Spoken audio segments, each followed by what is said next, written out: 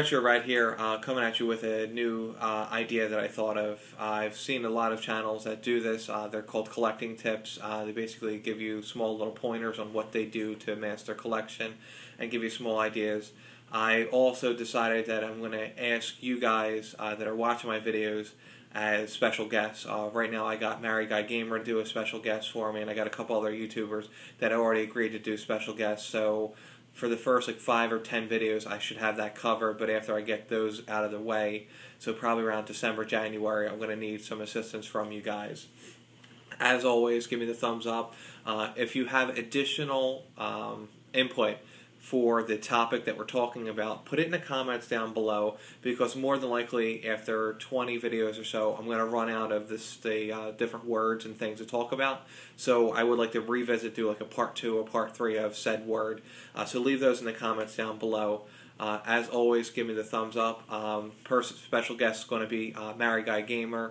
Awesome guy, has a really nice collection, and he's key to this word, patience, because he is very mindful of the amount of money that he spends, but he still gets the games that he wants for his collection because he doesn't rush out to get them.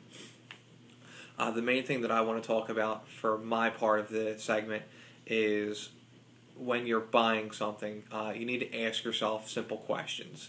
Let's say you're at a flea market and you see Mario & Luigi Superstar Saga Complete for the Game Boy Advance, and the guy wants $40 for it. $40 is about what the going rate is for this game. Then you have to think about, condition and things of that nature, but that's a whole nother segment. The question that you need to ask yourself is, am I looking forward to playing this game in the immediate future? If the answer is yes, then I could see you spending the $40 on it. If the answer is no, because you just want to put it on the shelf behind you and it's on one of your little checklists of things to get, why don't you just put it on a back burner? Don't buy it for the $40 and do some research on it. See if you can do some trades with other people. Reach out to different avenues. Even go on eBay and try to find an auction that has it as a not a buy it now, where it just bids, and try to get it a little bit cheaper. And if it doesn't go for the set goal that you're going to set yourself, let's say you feel comfortable paying $25 for this. If it goes over $25, don't spend the extra money. Wait for it to go down in price, or for you to find it at a cheaper avenue.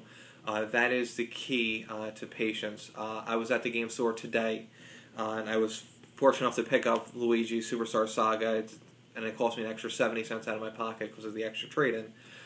There was 3 other Saturn games that I wanted. I went with the wife to go to a couple other stores, and I almost literally went back and just said, you know what, I'll take the other 3 games for the X amount of dollars. And then I thought to myself, no, why don't I just wait?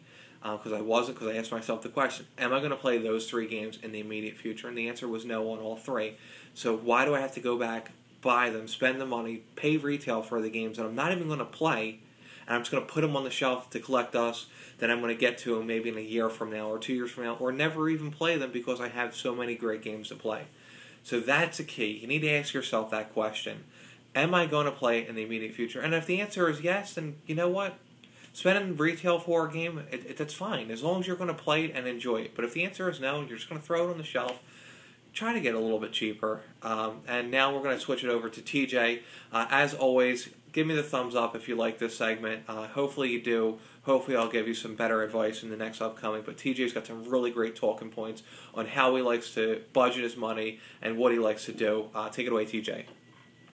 Hey, how's it going? TJ here, the Married Guy Gamer. I want to say thanks to Chris Minogue for inviting me in here to his tip series. He asked me to talk about patience in game hunting, which is something I try to practice out every time I'm out, so I'd be glad to talk about it. The first thing I want to say is that I certainly understand that patience is not the easiest thing to come by while we're game hunting. Game hunting and thrifting in general is impulsive, so it's easy to get caught up in when we're looking solely for video games. So it's easy to do. But here are the tips that I try to do to help me stay patient while I'm game hunting. The first thing I do is I set up a budget. Now my wife and I go to the extreme, and every month we budget our monthly income. And now part of that is I budget money set aside specifically for video games. So every month I start with the same amount of money. And like most of you, I turn some games that I find and stuff like that, but every month I start with the same amount of money. And that really helps just set a limit to what I'm going to spend. The second thing I do is I pay cash only. Now I don't do a lot of eBay shopping, which obviously cash would not work with. But however, even with eBay, you can set aside money specifically for that, within a budget. But back to cash, anytime I'm at the thrift stores or the pawn stores, and obviously especially Craigslist, I'm using cash only. And there's two reasons for this. First, it helps keep with your budget. So if your budget is $50, you take out $50 at the beginning of the month. That is your money to spend for that month. And you're going to physically see every dollar that comes out of your wallet, so you know that you are still within your budget. And also, as you are taking each dollar out or whatever, you are physically seeing your fund deplete here, and it's a lot easier to keep track of, and it also feels different than just swiping a debit card or credit card or something like that.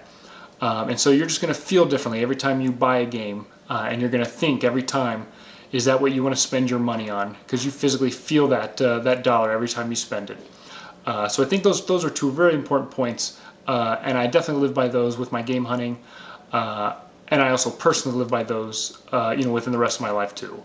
But the third thing I do is that I set a value on games that I want to spend. And what I mean by that is, regardless of the actual value of games, I say when I see Wii games out and about, I don't want to pay more than $5, regardless of what the game is. Now obviously there are exceptions. If I'm going to GameStop and looking for Xenoblade Chronicles, that's just not going to happen. But when I'm out at thrift stores or pawn stores, garage sales, stuff like that, I have that limit in my head that I don't want to spend more than $5 for Wii games. And I set a similar limit to PS2, Xbox, GameCube, stuff like that. I don't want to pay more than $3 for games. And again, if I'm finding RPGs, then that's probably not going to happen. But for the most part, that is a limit that I set myself, regardless of what the game is.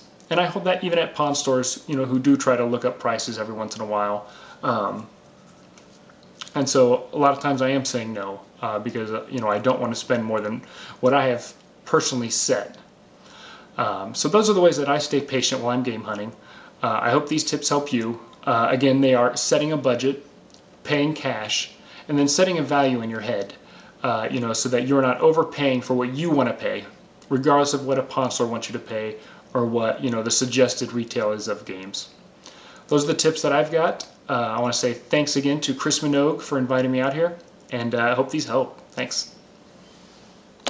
I want to keep saying